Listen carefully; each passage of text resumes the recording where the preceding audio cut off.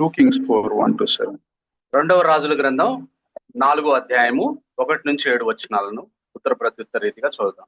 అంతటా ప్రవక్తల శిష్యులలో ఒకని భార్య, నీ దాసుడైన నా పెనిమిటి చనిపోయెను, అతడు యెహోవా యందు భక్తి గలవాడై ఉండనని నీకు తెలిసే ఉన్నది. ఇప్పుడు అప్పులవాడు నా 2 కుమారులు తనకు దాసులుగా ఉండుటకై వారిని పట్టుకొని పోవుటకు వచ్చి ఉన్నాడని ఎలీషాకు మొరపెట్టగా, ఎలీషా, నా వలన నీకేమి కావలెను? నీ ఇంటిలో ఏమి ఉన్నదో అది నాకు తెలియజెప్పుమనెను. అందుకామె, నీ దాసురాలనైన నా ఇంటిలో నూనె కుండ ఒకటి ఉన్నది, అది తప్ప మరేమీ లేదనెను. అతడు, నీవు బయటికి పోయి నీ ఇరుగు పొరుగు వారందరి యొద్ద దొరకగలిగిన వట్టి పాత్రలన్నిటినీ ఎరవు పుచ్చుకొనుము. అప్పుడు నీవు నీ ఇంటిలోనికి వచ్చి నీవును నీ కుమారులను లోపల నుండి తలుపులు మూసి ఆ పాత్రలన్నింటిలో నూనె పోసి నిండినవి ఒక తట్టున ఉంచుమని ఆమెతో సెలవీయగా, ఆమె అతని యొద్ద నుండి పోయి తానును కుమారులను లోపల నుండి తలుపు మూసి కుమారులు తెచ్చిన పాత్రల్లో నూనె పోసెను. పాత్రలన్నీ నిండిన తరువాత ఇంకా పాత్రలు తెమ్మని ఆమె తన కుమారుడితో చెప్పగా, వాడు మరేమీ లేవని చెప్పెను. అంతలో నూనె నిలిచిపోయాను.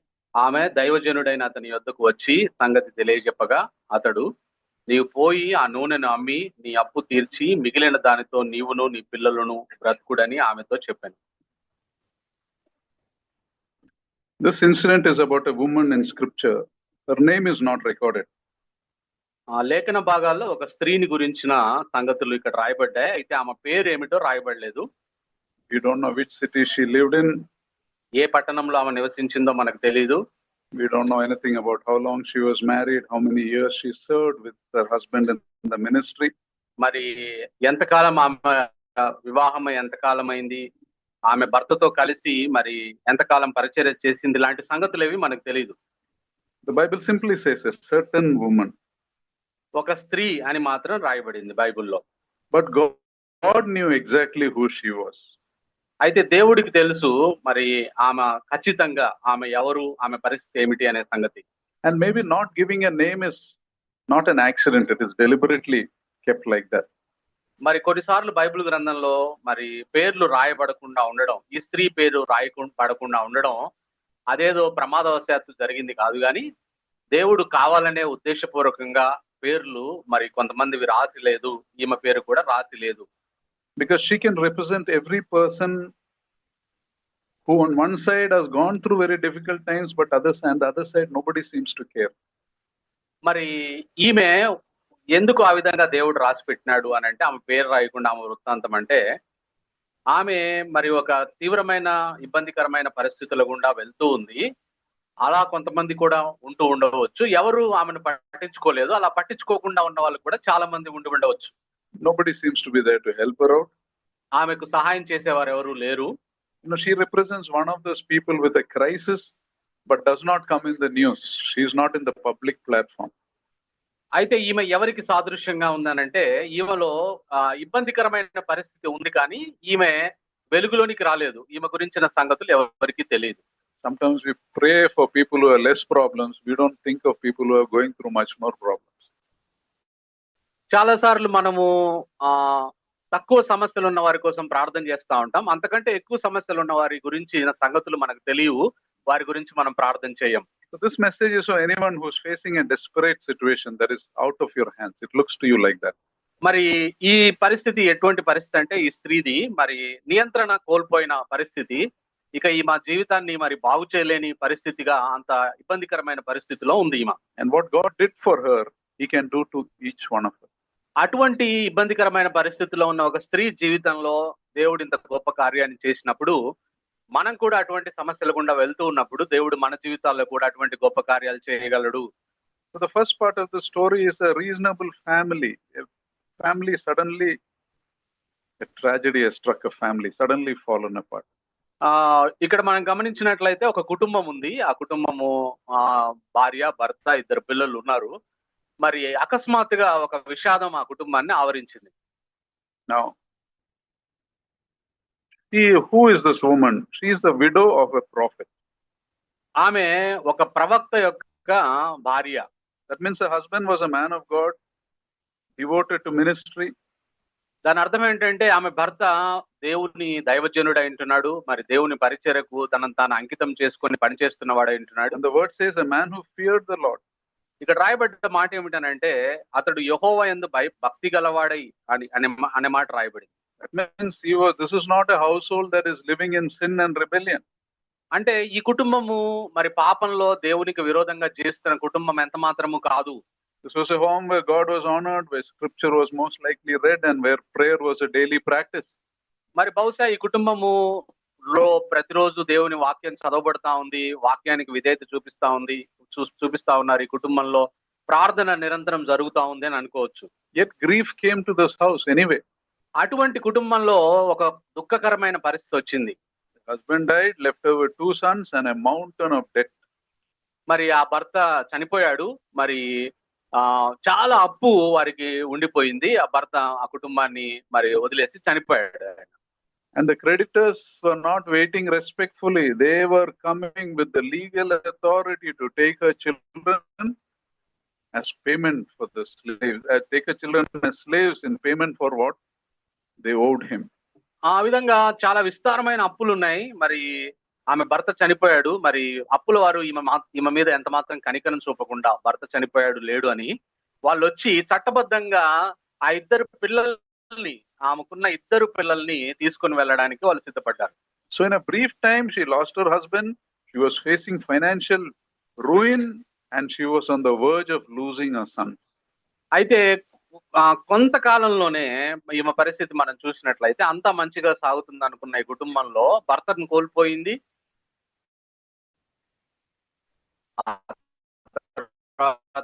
అప్పులు విపరీతంగా మీద పట్టింది. In other words, everything she loved, everything she owned was being stripped away in a very short time. దాని అర్థం ఏంటంటే మరి ఏవైతే ఆ స్త్రీ ప్రేమించిందో అవి మరి ఆమె దగ్గర నుంచి ఒలిచి వేసినట్టుగా అవన్నీ తీసివేయబడడానికి పరిస్థితులు వచ్చాయి. So one important thought we must understand here. ఇక్కడ మనం ఒక ప్రాముఖ్యమైన ఆలోచన మనం అర్థం చేసుకోవాల్సింది ఏంటంటే, sometimes when we go through people who are going through hardship, we assume that they must have done something wrong in their life. కొన్నిసార్లు ఎవరైనా ఇబ్బందికరమైన పరిస్థితుల గుండా వెళ్తూ ఉన్నవారు దేవుని బిడ్డలు మనకు తారసపడ్డప్పుడు మనం ఏమనుకుంటామంటే వీళ్ళు ఏదో తప్పు చేసి ఉంటారు, అందువల్లనే మరి ఈ విధంగా వీళ్ళకి జరిగింది అని అనుకుంటుంటాం. We kind of judge them as if we say if they were really living the right life, this would not be happening to them. మరి నిజంగా వీళ్ళు మంచిగా దేవునికి భయభక్తుల్లో జీవిస్తా ఉంటే ఇటువంటి విషాదకరమైన సంఘటనలు వీళ్ళకి జరగవు కదా అని తీర్పులు తీరుస్తుంటాం మనం. But here she was a wife of a prophet, and she testified that her husband feared the Lord. Still the crisis came. ఇక్కడ మనం గమనించినట్లయితే ఈ కుటుంబాన్ని, ఈమె భర్తను చూసినట్లయితే ఈమె భర్త ఒక ప్రవక్తగా ఉన్నాడు, ఒక భక్తి గలవాడైన ప్రవక్తగా మరి ఉన్నాడు. అయినా సరే ఈమె కుటుంబంలోనికి విషాదం చోటు చేసుకుంది. In other words, your faithfulness does not make you immune to difficulty in your life. దాని అర్థం ఏంటంటే మనం నమ్మకంగా దేవుని కొరకు జీవిస్తా ఆవని ఎంత మాత్రం చెప్పలేము. Being a believer does not guarantee that grief will not come to your address. మనం విశ్వాసులము అయినంత మాత్రాన దుఃఖముకు మనం చిరునామా కాకుండా పోము. It does not mean loss will not come into your life. నష్టము మన జీవితాల్లో రాకుండా ఉండదు. It does not mean desperate situations will not happen to you. మరి దుఃఖకరమైన పరిస్థితులు మన జీవితాల్లో రాకుండా ఉండవు. The question is never if the storm will come. The storm will come in everybody's life. కాబట్టి విశ్వాసి జీవితంలో తుఫాను వస్తే కాదు ప్రశ్న, తుఫాన్లు తప్పకుండా వస్తాయి మన జీవితాల్లో. The question is when the storm comes, where will you go? కాబట్టి whom will you go? కాబట్టి ప్రశ్న ఏమిటనంటే తుఫాన్లు వస్తే కాదు, తుఫాన్లు తప్పకుండా వస్తాయి. వచ్చినప్పుడు నువ్వు ఎవరిని విశ్వసిస్తున్నావు, ఎవరి వద్దకు వెళ్తున్నావు? This woman ran to Elisha, the man of God. ఈ స్త్రీ జీవితంలో ఎటువంటి దుఃఖకరమైన పరిస్థితి వచ్చినప్పుడు ఈమె ప్రవక్త అయిన ఎలీషా వద్దకు పరిగెత్తింది. She didn't wait in home in silence, waiting for things to aggravate. She went up and went to the man of God and told him her desperate situation. కాబట్టి ఆమె వెంటనే తనకి ఇబ్బందికరమైన పరిస్థితి వచ్చినప్పుడు ఇంట్లోనే కూర్చొని దుఃఖపడుతూ ఉండలేదు, కానీ ఎలీషా దగ్గరికి పరిగెత్తి వెళ్ళి ఆయనకు తన పరిస్థితి చెప్పింది. And she did not pretend. She said, my husband is dead, I am in debt, and they're coming for my children.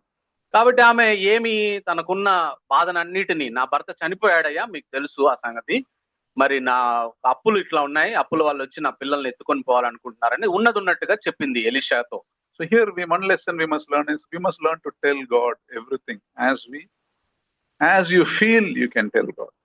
కాబట్టి ఇక్కడ కూడా మనం నేర్చుకోవాల్సిన మరొక పాఠం ఏమిటనంటే, మనకున్న ప్రతి పరిస్థితిని అయ్యా ఇది నా పరిస్థితి అని ఈమె ఎలా ఎలీషాకు నివేదించిందో అలా మనం దేవునికి నివేదించాలి సమస్తం. Prayer is not a performance for others to hear. ప్రార్థన అనేది మనమేదో బయటకి కనపరుచుకోవడానికి, ఇతరులకు కనపరుచుకునే ప్రతిభ కాదు ప్రార్థన. In prayer you come to God with your real situation. కాబట్టి ప్రార్థనలో మనకున్న దుఃఖకరమైన పరిస్థితిని మనము ఉన్నదున్నట్టుగా దేవునికి నివేదించడం ప్రార్థన. God knows your needs, that is true, but there is something powerful about those who have learned to pour their hearts to God. దేవుడికి మన ప్రతి పరిస్థితి తెలుసు. అయినంత మాత్రాన ఒక ప్రత్యేకత ఏమిటనంటే, మనకున్న దుఃఖము, బాధ, వేదన అంతా ప్రభు సన్నిధిలో కుమ్మరించడం అనేది ఒక ప్రత్యేకమైన స్థానాన్ని కలిగి ఉంది ప్రార్థనలో. Hannah did that in 1 Samuel 1. She poured her heart to the Lord. In her grief, she poured her heart to the Lord. Hannah మరి ఆమెకి సంతానం లేనప్పుడు, ఆమెకు దుఃఖకరమైన పరిస్థితులు గుండా వెళ్తున్నప్పుడు ఆమె దుఃఖాన్నంతా 1 సమూయేలు గ్రంథం 1వ అధ్యాయంలో దేవుని సన్నిధిలో కుమ్మరించింది అలా. The second part of this incident is a question that Elijah asked. When he heard her, he asked her, "What do you have in the house?" కాబట్టి ఇక్కడ మరి ఎలీషా దగ్గరికి వచ్చి ఆమె తన పరిస్థితిని అంతా నివేదించినప్పుడు ఎలీషా ఆమెను ఒక ప్రశ్న అడిగాడు, నీ ఇంటిలో ఏముంది అని అడిగాడు. Now, what do you personally think about a question like that? Here somebody is coming with a huge problem and you're just asking a simple question. మరి ఒక పెద్ద సమస్యతోటి మరి ఎలీషా దగ్గరికి ఆమె వస్తే ఆయన ఒక సాధారణమైన ప్రశ్న ఆమెను వేస్తా ఉన్నాడు. అమ్మ నీ ఇంటిలో ఏముంది అని అన్నాడు. He did not ask how many money do you need, how much money you need. He did not ask. మరి ఎంత డబ్బు కావాలమ్మా నీకు అని ఆయన అడగలేదు. He did not ask what are your other options you have. Do you have any rich relatives? Nothing. నీకు ఎవరైనా ధనవంతులైన బంధువులు ఉన్నారా? ఇంకా వేరే ప్రశ్నలు ఏమీ వేయలేదు ఆయన. ఆప్షన్ ఉందా, నీకేమన్నా వేరే వాటి నుంచి బయటపడడానికి నీకేమైనా ఎంపిక ఉందా అని అడగలేదు. He just asked what do you have with you already. నీ ఇంటిలో ఏమి ఉన్నదో అది నాకు తెలియజెప్పు అని అన్నాడు. Look inside, not outside. కాబట్టి లోపల సంగతి చెప్పు నాకు, బయట సంగతి కాదు అని చెప్పాడు. And her answer was very painfully honest. She said, I have nothing in the house but a jar of oil. అయితే ఆమె మరి బాధతో ఆమె చెప్పిన మాట ఏమిటనంటే, ఆమెకున్న పరిస్థితిని బట్టి నా ఇంటిలో నూనె కుండ ఒకటి ఉన్నది, అది తప్ప మరి ఏమీ లేదయ్యా అని చెప్పింది. One small jar of oil, that's all. ఒక చిన్న నూనె కుండ ఉందయ్యా, అది తప్ప నా ఇంట్లో ఏమీ లేదు అని. In face of a huge debt, in face of poverty, slavery and all this grief, she had one small jar of oil. కాబట్టి ఆమెకున్న దుఃఖకరమైన పరిస్థితి, ఆమె పెద్ద అప్పు ఉంది, ఆమె మరి పిల్లలు బానిసత్వం కోసం వెళ్ళడానికి మరి సిద్ధంగా ఉన్నారు, తీసుకుపోవడానికి వాళ్ళు సిద్ధంగా ఉన్నారు, మరి దారిద్ర్యం ఉంది వాళ్ళ ఇంట్లో. అటువంటి పరిస్థితుల్లో ఒక చిన్న నూనె కుండ ఉంది నా దగ్గర అని చెప్పింది. From a natural perspective, the job was irrelevant. You cannot pay the debt, you cannot feed your sons. There is no question of surviving. ఇక్కడ మనం సహజ మానవ బుద్ధితో మనం తర్కంతో మనం ఆలోచిస్తే ఆమెకున్న దాంతో ఆమెకున్న ఏ పరిస్థితిలోంచి ఆమె బయటపడడానికి లేదు అక్కడ పరిస్థితి. But Elijah was not bothered by, Elisha was not bothered by that. అయితే ఎలీషాకు ఇవేవి పట్టింపు లేదు. He understood something which the widow had not understood at that point of time. మరి ఆ సమయంలో ఆ విధవరాలకు అర్థం కానిది ఎలీషా గారికి అర్థమైంది. He understood that what matters in a miracle is not what you have, but what God can do with what you have. కాబట్టి ఒక అద్భుతాన్ని చేయడం వల్ల మన దగ్గర ఏముంది అనేది కాదు, ఏది ఉన్నా సరే దాని ద్వారా దేవుడు అద్భుతాలు చేయగలడు. You know, Elisha understood that God does not calculate your resources the way a bank calculates before they give you a loan. కాబట్టి ఎలీషాకు తెలుసు, మరి ఎవరైనా మనకు అప్పు ఇవ్వాలనుకున్నప్పుడు మన సామర్థ్యతలు మనకేమున్నాయనే విషయాలు పరిశీలిస్తారు. కానీ దేవుడు అలా కాదు, మన నరకానికి అందకుండా ఆయన ఉన్న దాంతో కార్యం చేయగలడు. God does not calculate your capacity by the way the world calculates. ఈ ప్రపంచము నీకున్న సామర్థ్యాన్ని గణించి నీకు సహాయం చేసినట్టుగా దేవుడు నీ సామర్థ్యాన్ని గణించి సహాయం చేయడు. God looks at what you're willing to surrender. నువ్వు ఏమి ఆయనకి ఇవ్వాలని చూపుతున్నావో దాని గురించి ఆలోచిస్తాడు. He is looking at how much you're willing to believe. నువ్వు ఎంత విశ్వసించాలని చూస్తున్నావు, ఎంత విశ్వసించగలవు అనేది చూస్తాడు ఆయన. He is looking whether you can obey even when things don't make sense to you. మరి అది నీకు తార్కికంగా అనిపించకపోయినా నువ్వు నమ్ముతావా లేదా అనే విషయాన్ని ఆయన పరిగణలోకి తీసుకుంటాడు. You know, all of us remember, if you are looking at what you have and concluding that is not enough, or you're counting your resources and thinking my situation is hopeless, or if you're thinking that staring at the jar and then seeing only a jar, remember, God is not seeing that. He's seeing the miracle that is going to happen after that.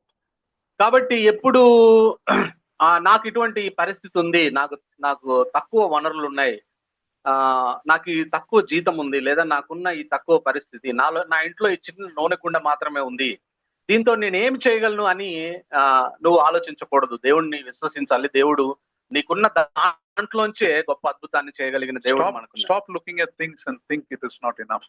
కాబట్టి పరిస్థితులను చూసి, నీకున్న దాన్ని చూసి, ఇది నాకేం సరిపోతుంది, దీంతో ఏం చేయగలడు దేవుడు అని ఆలోచించకండి. We saw in the worship, the little boy in the crowd had 5 loaves and 2 fishes. ఆరాధన వర్తమానంలో మనం విన్నాం కదా, అంతమంది విస్తారమైన జన సమూహం ఉన్నారు, కానీ ఆ చిన్న బాలుడి దగ్గర ఒక 5 రొట్టెలు 2 చేపలు మాత్రమే ఉన్నాయి, కొద్దిగా ఉంది. The disciples had to feed 5,000 people. మరి 5,000 మంది పురుషులకు భోజనం పెట్టాలి. But the Lord took what was available, gave thanks, and everyone had full and leftover also. అయితే ఆ చిన్నది ఎవరికి, ఒక్క మనిషికి కూడా సరిపోని 5 రొట్టెలు 2 చేపలను తీసుకొని ఆ ప్రభు 5,000 మందికి పంచి 12 గంపల నిండా మరి నింపే అద్భుతాన్ని చేశాడు. You know, God has a pattern of taking the insufficient and making it more than enough. మన దేవుడికి ఉన్న ఒక లక్షణం ఏమిటనంటే, ఎంత గొప్ప దేవుడు మన దేవుడు అంటే, అసలు ఇది దేనికి సరిపోదన్న దాన్ని తీసుకొని ఒక సమృద్ధిలోనికి, మిగిలే దాంట్లోకి తీసుకొని రాగలిగిన గొప్ప దేవుడిని మనం కలిగి ఉన్నాం. The question is, will you put that little into God's hands? అయితే ఇక్కడ ప్రశ్న ఏమిటనంటే, నీకున్న కొంచెం నువ్వు దేవుని చేతిలో పెట్టడానికి నువ్వు ఇష్టపడుతున్నావా? So that is the third part of the incident. కాబట్టి ఈ సంఘటనలో మనం నేర్చుకోవాల్సిన 3వ సంగతి ఇది. Elisha gave her instruction. He didn't pray over the jar. He didn't tell about the miracle. He just gave her instructions that needed immediate obedience.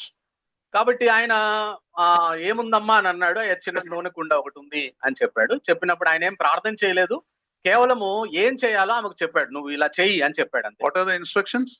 ఏమని చెప్పాడు ఆమెకి? He said, go to your neighbors and bring every empty vessel from them. కాబట్టి అమ్మ, నువ్వు బయటికి పోయి ఇక్కడ నుంచి ఇరుగు పొరుగు వారందరి దగ్గరికి పోయి దొరకగలిగిన వట్టి పాత్రలు, ఖాళీ పాత్రలు అన్ని తెచ్చుకో, ఎరువు తెచ్చుకో అని అన్నాడు. Here is a thought. ఇక్కడ ఒక ఆలోచన. Elijah was asking her to bring the empty things. Elisha గారు మరి ఆమెను ఏమంటున్నాడంటే, ఖాళీ పాత్రలను తీసుకొని రా అని అంటున్నాడు. Now already her life was a life of emptiness, right? ఇప్పుడు ఈమె పరిస్థితి మనం చూస్తే ఆమె దగ్గర ఏమీ లేదు, ఆమె ప్రస్తుతం ఖాళీగా ఉంది. She lost her husband. She was living with a great scarcity.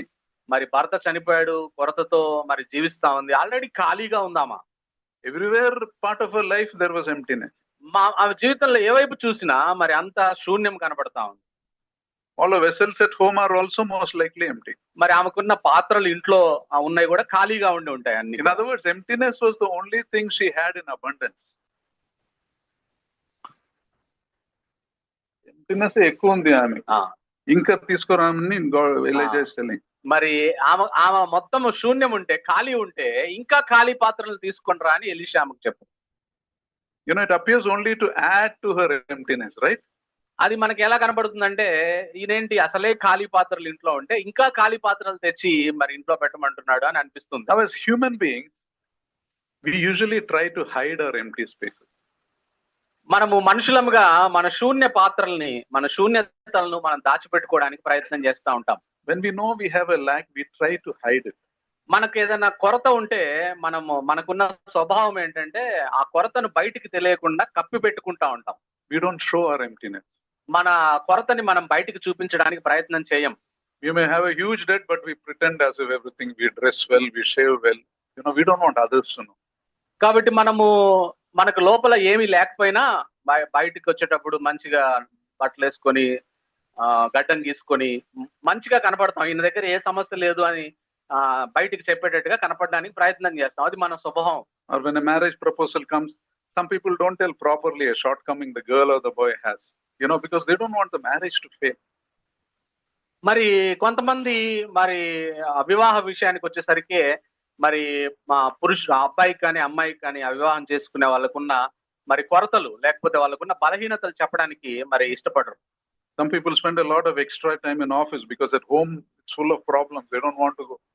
మరి కొంతమంది ఆఫీసులోనే ఎక్కువ సమయం గడుపుతా ఉంటారు. నువ్వు వెళ్ళవయ్యా అన్నా కూడా వెళ్ళరు. ఎందుకంటే ఇంటికి వెళ్తే మరి సమస్యలు ఉన్నాయి కాబట్టి ఇక్కడే సమయాన్ని గడిపి ఇంటికి వెళ్ళడానికి ప్రయత్నం చేస్తాం. He won't tell that emptiness, but he'll try to work, say, showing that he's working hard or staying late. కాబట్టి ఇంట్లో పోతే ఖాళీ పాత్రలు ఉన్నాయన్ని అని చెప్పడు. నేను ఇక్కడ చాలా సిన్సియర్ గా పనిచేస్తున్నాను, నేను ఇంకా గంట ఎక్కువ పని చేస్తాను అన్నట్టుగా మరి ఆ బయట కలరింగ్ ఇస్తా ఉంటారు. Or let's say you're in an office meeting, there's a technical discussion and you don't understand that properly. ఉదాహరణకి ఏదైనా ఆఫీస్ లో మనం కూర్చొని మరి ఒక మీటింగ్ లో ఉన్నప్పుడు సాంకేతిక పరమైన విషయాలు మనకు వివరిస్తుంటే అది మనకు అర్థం కాలేదు అనుకుందాం. But instead of asking a question to clarify your doubt, you'll be silent, you'll nod your head because you don't want others to think that you're a fool. కాబట్టి ఆ సాంకేతికమైన ఆ బాస్ చెప్పే విషయాలు మనకు అర్థం కాకపోయినా, ఆయన యజమానుడు చెప్పే విషయాలు అర్థం కాకపోయినా మనం తలకాయ ఊపుతా ఉంటాం.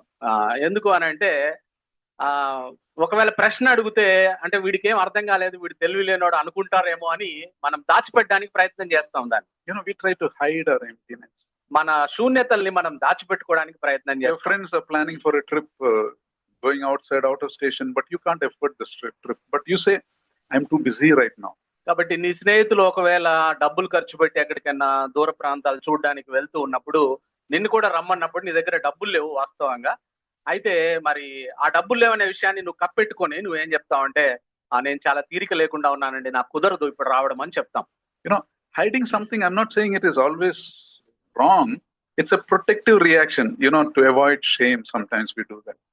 కాబట్టి ఇలా దాచిపెట్టడం అనేది ఎప్పుడు తప్పు అని నేను చెప్పట్లేదు. కానీ అయితే మనకున్న మానవ సహజ స్వభావం ఏమిటనంటే బయట మనం సిగ్గుపరచబడతామేమో అని చెప్పి మనకున్న బలహీనతలను లేదా మనకున్న శూన్యతల్ని కప్పిపెట్టుకోవడానికి ప్రయత్నం చేస్తూ ఉంటాం. So, coming to the point, we all spend some energy to hide our empty spaces. విషయానికి వస్తే మనందరము కూడా మన ఖాళీ ప్రదేశాలను కప్పిపెట్టుకోవడానికి మన శక్తియుక్తుల్ని మనం వాడుతూ ఉంటాం. We don't want people to know what we don't have, what we have lost, or where things are dry. కాబట్టి ఏమి మనం పోగొట్టుకున్నాము, ఎక్కడ మనకు శూన్యత ఉంది, ఎక్కడ మన జీవితాల్లో ఎండిపోయిన పరిస్థితులు ఉన్నాయనే విషయాలను మనము బయటకు చెప్పకుండా వాటిని దాచడానికి ప్రయత్నిస్తూ ఉంటాం. Here Elijah is telling you, bring the emptiness to me, you bring the emptiness to God. మరి it is a spiritual connection. మరి ఇక్కడ మనకున్న ఆత్మీయమైన ఒక అనుసంధానం ఏంటనంటే ఎలీషా గారు చెప్తున్న మాట ఏమిటనంటే మనకి నీకున్న శూన్యతలను ఖాళీ పాత్రలను అన్నిటిను నువ్వు దేవుని దగ్గరికి తీసుకొని రా అని చెప్తా ఉన్నాడు Elisha. Because the miracle was going to happen that will fill your emptiness. ఎందుకనంటే ఒక అద్భుతము జరగబోతా ఉంది. ఆ అద్భుతము మరి నీ యొక్క శూన్యతను నింపబోతా ఉంది, నీ ఖాళీని నింపబోతా ఉంది. And he said, don't gather only a few vessels, bring as much as you can. కాబట్టి ఎలీషా గారు ఇక్కడ చెప్పిన మాట ఏంటంటే అసలే ఖాళీ పాత్రలు ఉన్నాయని చెప్పి కొన్ని ఖాళీ పాత్రలని తేవద్దమ్మా, నువ్వు తేగలిగినన్ని ఖాళీ పాత్రలు తీసుకొని రా అని చెప్పాడు. When you go to ask others, don't limit your asking, bring all the empty vessels they have. కాబట్టి నువ్వు వెళ్ళి ఇరుగు పొరుగు వారి దగ్గరికి వెళ్ళి ఖాళీ పాత్రలను అడుగుతున్నప్పుడు నువ్వు కొన్ని ఖాళీ పాత్రలతో సంతోషపడబాకు, నువ్వు అన్ని ఖాళీ పాత్రలు వాళ్ళ దగ్గర ఉన్నాయి అన్ని తీసుకొని రావడానికి ప్రయత్నం చేయి. So what is Elijah really telling her here? మరి ఇక్కడ ఎలీషా గారు మరి ఏం చెప్పడానికి ప్రయత్నం చేస్తా ఉన్నాడు? He was telling the lack of oil will not be a problem.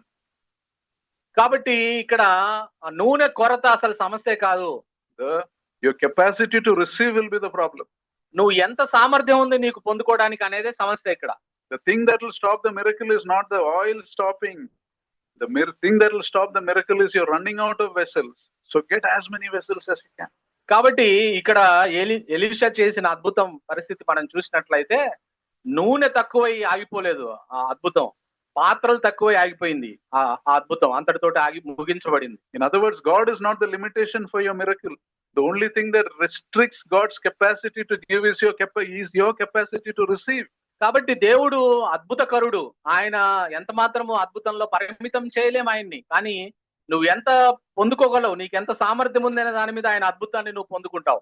So when God wants to give you a river, don't go with a mug. That is what it's telling. కాబట్టి దేవుడు నీకు ఒక నదిని ఇవ్వాలని అనుకుంటే ఆయన దగ్గరికి ఒక మగ్గుతోటి పోవద్దు, ఒక చిన్న జగ్గుతోటి ఆయన దగ్గరికి వెళ్ళొద్దు. Many people pray a little, they expect a little, then they wonder why the miracle is so disappointing. కాబట్టి చాలా మంది ఆ దేవుణ్ణి ప్రార్థించేటప్పుడు కొద్ది విషయాల కొరకు, చిన్న విషయాల కొరకు ప్రార్థన చేస్తారు. ఆ తర్వాత ఇది సంతృప్తికరంగా లేదే నాకు ఈ జీవితంలో అద్భుతం అని అనుకుంటారు. Here Elisha is telling the woman, the limit for your miracle is the limit you set. కాబట్టి ఇక్కడ ఎలీషా గారు ఆ స్త్రీతో చెప్తున్న, ప్రవక్త భార్యతో చెప్తున్న మాట ఏమిటనంటే, ఈ అద్భుతం యొక్క పరిమితి ఎంత ఉంటుందమ్మా అంటే, నువ్వు ఎన్ని పాత్రలు తేగలిగితే అంతవరకు ఈ అద్భుతం కొనసాగి ఆగిపోతుంది అని చెప్పి. I will fill everything that you put in front of me. నువ్వు నీ ఇంట్లో తెచ్చి పెట్టిన పాత్రలన్నిటిని, దేవుడు చెప్తున్నమాట, నా ఎదురుగా తెచ్చి పెట్టిన పాత్రలన్నిటిని నేను నింపుతాను.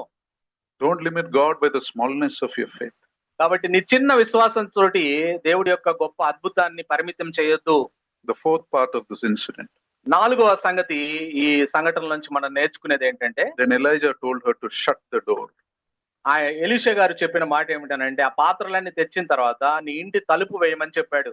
Perhaps this is the most powerful instruction in the entire passage. Shut the door. కాబట్టి ఈ మొత్తం చదువుకున్న వాక్య భాగంలో శక్తివంతమైన సూచన మరి చేస్తా ఉన్నాడు. అదేంటంటే, నువ్వు అన్ని పాత్రలు తెచ్చిన తర్వాత నీ ఇంటి తలుపు మూసివేయ అన్నాడు. Just you, your sons, and God with the vessels and the oil.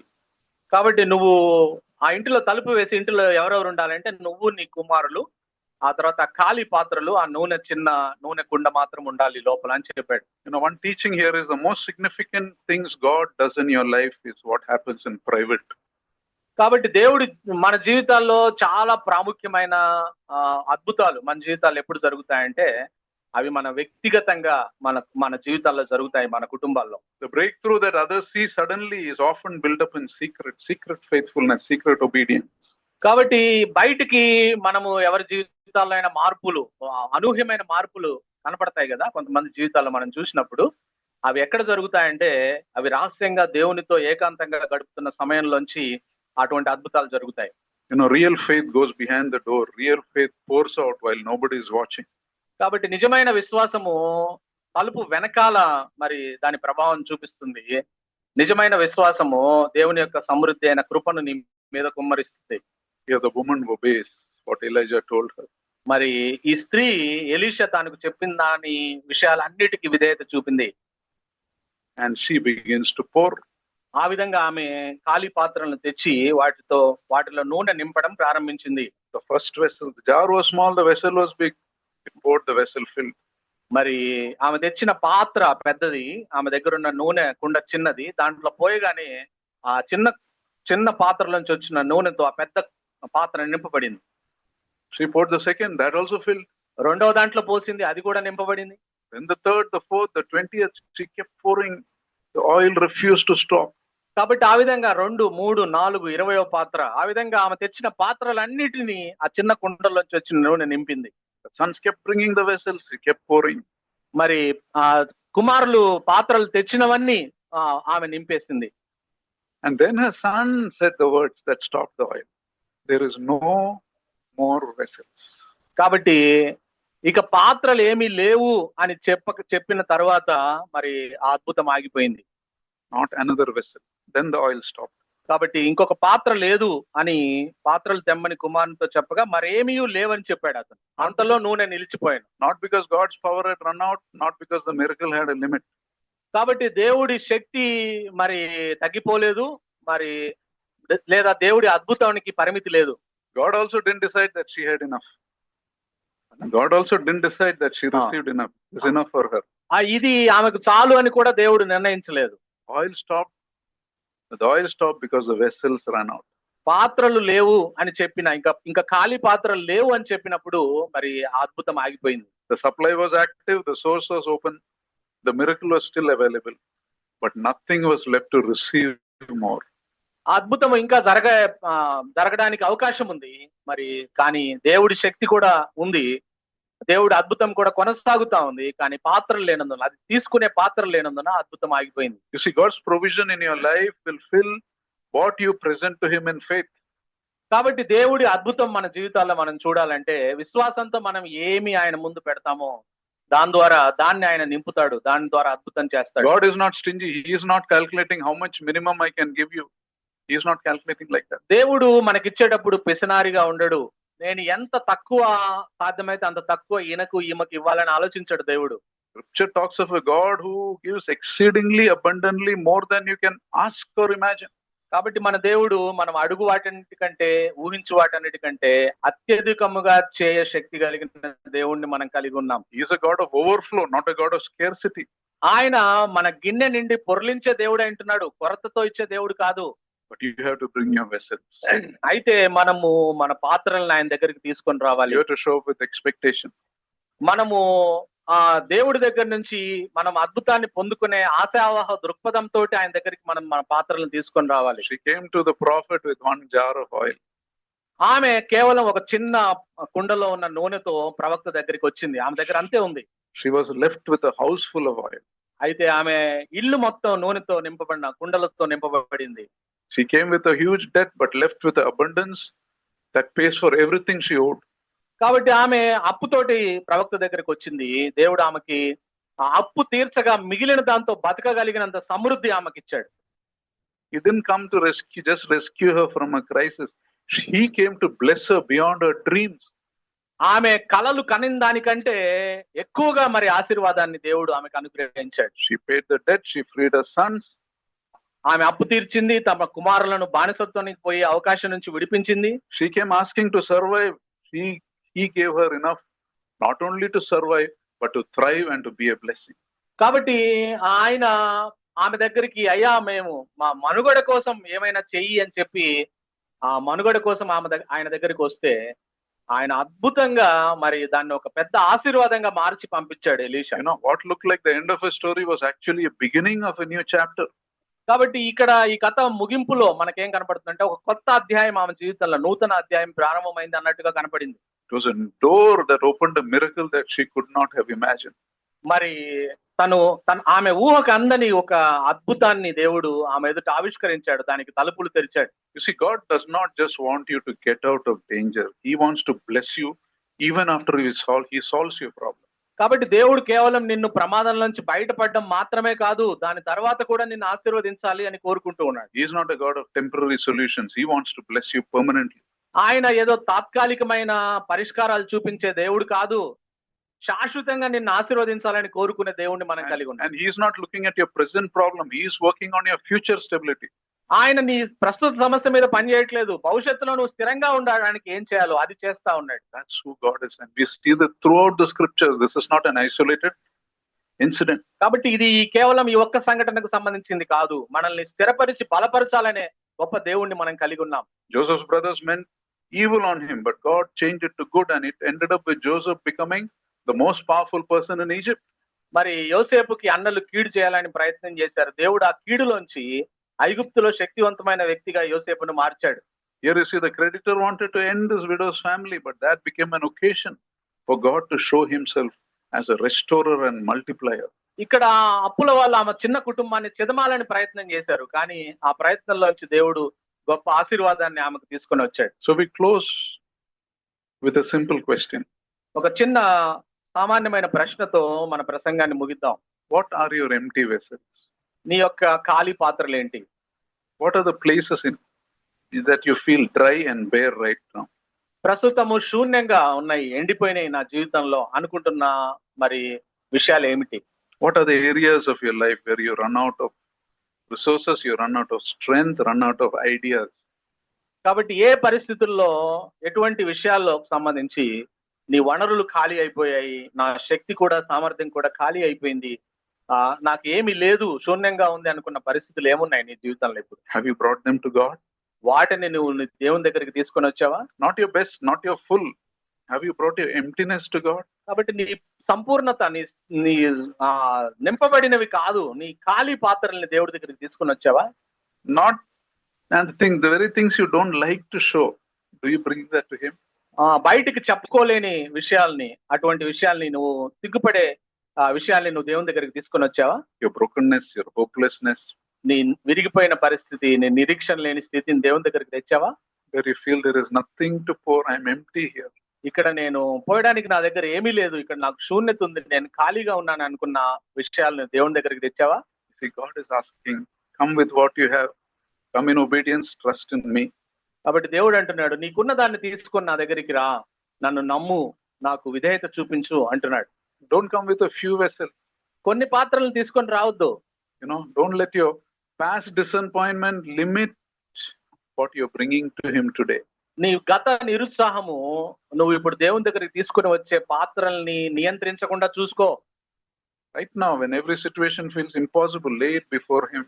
What are our empty vessels? నీ జీవితంలో అసాధ్యమనుకున్న విషయాలన్నిటిని దేవుని దగ్గరికి తీసుకొని రా, నీ పాత్రలను తీసుకొని రా. Ask them, Lord, fill according to your provision, not according to my lack. అయ్యా, నా కొరతను బట్టి కాకుండా నీ సమృద్ధి చేత వాటిని నింపు అని అడుగు. And then shut the door, find your private place of prayer. కాబట్టి తర్వాత తలుపు మూయి, నీ వ్యక్తిగతంగా దేవునితో ఏకాంత సమయం గడిపే ఆ స్థలాన్ని నిర్ణయం తీసుకో. Go into that quiet place and be determined to pour your obedience, your faith, your prayer. ఆ మౌన సమయంలోనికి, ఆ ఏకాంత సమయంలోనికి వెళ్ళి నువ్వు దేవునికి చెప్పాలనుకున్న విషయాలను నీ హృదయంలోంచి కుమ్మరి. Remember, the oil has not run out, the source is not dried up. కాబట్టి ఆ నూనె కొరత లేదు ఇక్కడ. ఆ దేవుడి యొక్క ఆశీర్వాదంలో కూడా కొరత లేదు, గమనించాలి. The miracle is not cancelled. మరి అద్భుతము మరి అది తీసివేయబడలేదు ఇంకా. The question is simply, how much can you get? Have you brought all your emptiness to him? అయితే ఇక్కడ ప్రశ్న ఏమిటనంటే, నీకున్న శూన్యతనంతా తీసుకొని వచ్చావు ఆయన దగ్గరికి లేదా అనేది ప్రశ్న. Your debt can be paid, your future can be restored. నీ యొక్క అప్పంతా తీర్చివేయబడుతుంది, నీ భవిష్యత్తు మరి పునరుద్ధరించబడుతుంది. And the same jar, what you have will be enough for God to bring an overflow in your life. కాబట్టి నీకున్న దాంట్లోంచే మరి సమృద్ధిగా గిన్నె నుండి పొర్లేటట్టుగా దేవుడు నీ జీవితంలో చేయగలడు, నీకున్న కొద్దిలోంచే. This is not about the prosperity gospel. This is not about money. It is about bringing to God what is lacking in your life. కాబట్టి ఇది సమృద్ధి సువార్తకు సంబంధించిన విషయాలు కాదు. ఇది మనకు కొరతగా ఉన్న విషయాలను దేవుని దగ్గర తీసుకొని వస్తే ఆయన మనల్ని నింపేది డబ్బులకు సంబంధించిన విషయం కాదు. Come with your emptiness, come expecting. కాబట్టి మరి ఆశావహ దృక్పథంతో ఎదురు చూస్తూ మరి విశ్వాసంతో దేవుని దగ్గరికి రా. Come in obedience, come in faith. విశ్వాసంతో రా, విధేయతతో రా దేవుని దగ్గరికి. Obedience is important because many times our emptiness can be because of our disobedience. విధేయత చాలా ప్రాముఖ్యమైనది. చాలా సార్లు మన జీవితాల్లో అవిధేయత కారణంగా శూన్యత ఉంటుంది మన జీవితాల్లో. The oil is ready to flow, but a disobedience can be a block that restricts the flow. మరి నూనె నిరంతరంగా ప్రవహించడానికి సిద్ధంగా ఉంది, అద్భుతం సిద్ధంగా ఉంది, కానీ మన అవిధేయత నూనె ప్రవాహాన్ని ఆపుతూ ఉంటుంది. In my own life also, for many years, there was one particular area I was living a life of disobedience. I did not even realize it properly that time. నా జీవితంలో కూడా చాలా సంవత్సరాలుగా ఒక ప్రత్యేకమైన విషయంలో నేను అవిధేయత చూపిస్తున్నా అనే సంగతి నాకు నేను గుర్తించలేదు. Because it didn't look very important. ఎందుకంటే అది అంత ప్రాముఖ్యమైనది కాదు అని నేను అనుకున్నాను. But that blocked God's flow of blessings in my life. I realized it later. అయితే తర్వాత నేను గుర్తించిన విషయం ఏమిటంటే, ఆ విధంగా నేను ఆ విషయంలో దేవునికి అవిధేయత చూపించినందువల్ల దేవుని ఆశీర్వాదాలను నేనే నియంత్రించుకున్నాను, ఆపివేశాను అని నాకు అర్థమైంది. And a few years back, I started showing obedience in that area, and I could literally see God's blessings flow into my life. కొంతకాలం క్రితం నుంచి నేను ఆ విషయంలో నా అవిధేయతను ఒప్పుకొని విధేయత చూపించడం ప్రారంభించాను. అక్షరాల దేవుడి ఆశీర్వాదం నా జీవితాల్లో ప్రవహించడం నేను గమనించాను. Material blessing, yes, but even more spiritually. భౌతికపరమైన మరి ఆర్థిక ఆశీర్వాదమా? అవును. దానికంటే ముఖ్యంగా ఆత్మీయ సంబంధమైన ఆశీర్వాదాన్ని కూడా నేను చూశాను. So are we willing to surrender? కాబట్టి ఇప్పుడు ప్రశ్న ఏమిటనంటే, మనము దేవుడికి మన శూన్యతలను అప్పగించడానికి, are we willing to believe? మనము విశ్వసించడానికి సిద్ధంగా ఉన్నామా? Are we willing to do in obedience things that are difficult for you to do right now, even though you should be doing that? కాబట్టి ఆ కష్టతరం అనుకున్న పరిస్థితులు, మరి నువ్వు అవి చేస్తూ ఉన్నావు, అటువంటి పరిస్థితులను దేవునికి సంపూర్ణంగా సమర్పించుకోవడానికి నువ్వు సిద్ధంగా ఉన్నావా? Our God is a God of restoration, lasting restoration. మన దేవుడు పునరుద్ధరించే దేవుడిని మనం కలిగి ఉన్నాం. He is not working just on your present problem. He wants your future stability. నీ ప్రస్తుత సమస్య మీదే కాదు ఆయన పనిచేయడానికి ఇష్టపడేది, భవిష్యత్తులో కూడా నిన్ను స్థిరపరచాలని కోరుకుంటూ ఉన్నాడు. So let us pray with our hearts wide open. కాబట్టి మన హృదయాలను తెరచి ఈ విషయమై దేవుని సన్నిధిలో మనం ప్రార్థన చేద్దాం. Some of you may be going through a relationship problem, but trust Him with your empty spaces and your dry seasons. కాబట్టి కొంతమంది సంబంధ బాంధవ్యాల్లో సమస్యను ఎదుర్కొంటూ ఉండవచ్చు, మరి అటువంటి విషయాల్లో శూన్యత నీకుంటూ ఉండవచ్చు. ఆ విషయంలో దేవుణ్ణి నమ్ము. Seasons where you felt many years that nothing was growing. మరి చాలా సంవత్సరాలు అయింది మా ఇద్దరి మధ్య సంబంధ బాంధవ్యాలు ఏమాత్రం పెరగట్లేదు అనుకుంటూ ఉండవచ్చు. ప్రార్థన చేయి. Bring it to Him. ఆయన దగ్గరికి తీసుకుని రా and trust Him. ఆయన నమ్ము. Let us pray. ప్రార్థన చేసుకుందాం. మా ప్రియ పరలోకపు తండ్రి, నీకు వేలాది వందనాలు, స్తుతులు, స్తోత్రాలు.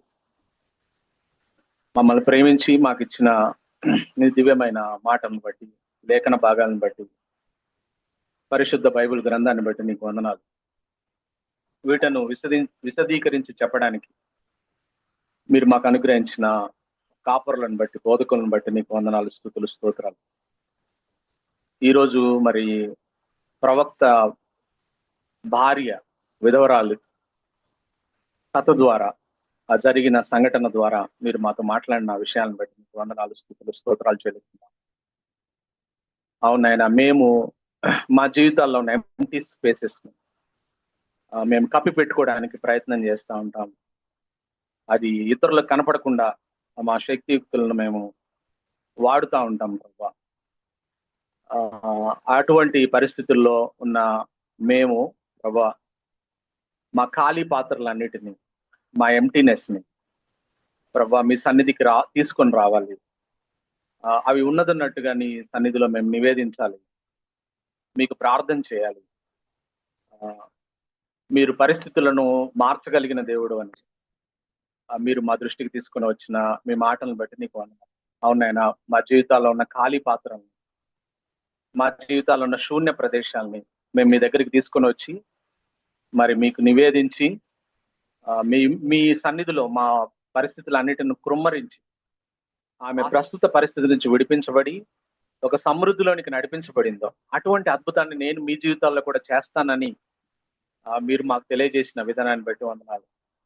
అవునైనా మేము అటువంటి ఖాళీ పాత్రల్ని మీ దగ్గరికి తీసుకొని వచ్చి విశ్వాసంతో మా అవిధేయత చూపుతున్న మా జీవితాల్లో అవిధేయత చూపుతున్న విషయాలన్నిటినీ ప్రభా మీ సన్నిధిలో సరెండర్ చేసి ప్రభా మీ మాటకి సంపూర్ణ విధేయత చూపిస్తామని తీర్మానం తీసుకొని, నువ్వు ఇప్పటికీ అద్భుతాలు చేయగలిగిన దేవుడు అని, ఎటువంటి అద్భుతాలు అంటే అవి మా భవిష్యత్తుని కూడా స్థిరపరిచే గొప్ప అద్భుతాలు చేయగలిగిన దేవుడు అని మేము నమ్మి విశ్వసించి మీకు నివేదించి మా ఖాళీ పాత్రల్ని ప్రభా మరి నిండి పొరలే పాత్రలుగా మరి సమృద్ధితో మేము జీవించే కృపను ఇక్కడున్న మా అందరికీ విస్తరింప చేయమని అడుగుతూ, అటువంటి విశ్వాసంలోనికి విధేయతలోనికి మమ్మల్ని అందరినీ నడిపించమని అడుగుతూ, మాకు ఇంత గొప్ప దేవుడివి మాకు దేవుడిగా ఉన్నందుకు మీకు లెక్కలేని స్తుతులు, స్తోత్రాలు చెల్లిస్తూ, సమస్త ఘనత, మహిమ, ప్రభావాలు మీకు ఆరోపిస్తూ మా ప్రభువును మీ ప్రియకుమారుడైన యేసుక్రీస్తు పుణ్యనామంలో మిక్కిలి వినయముగా బతిమాలి ప్రార్థిస్తున్నాను తండ్రి. ఆమేన్. Now to Him who is able to keep you from falling and to present you before His glorious presence without fault and with great joy, to the only God our Savior be glory, majesty, power and authority through Jesus Christ our Lord, before all ages, now and forevermore. Amen. God bless.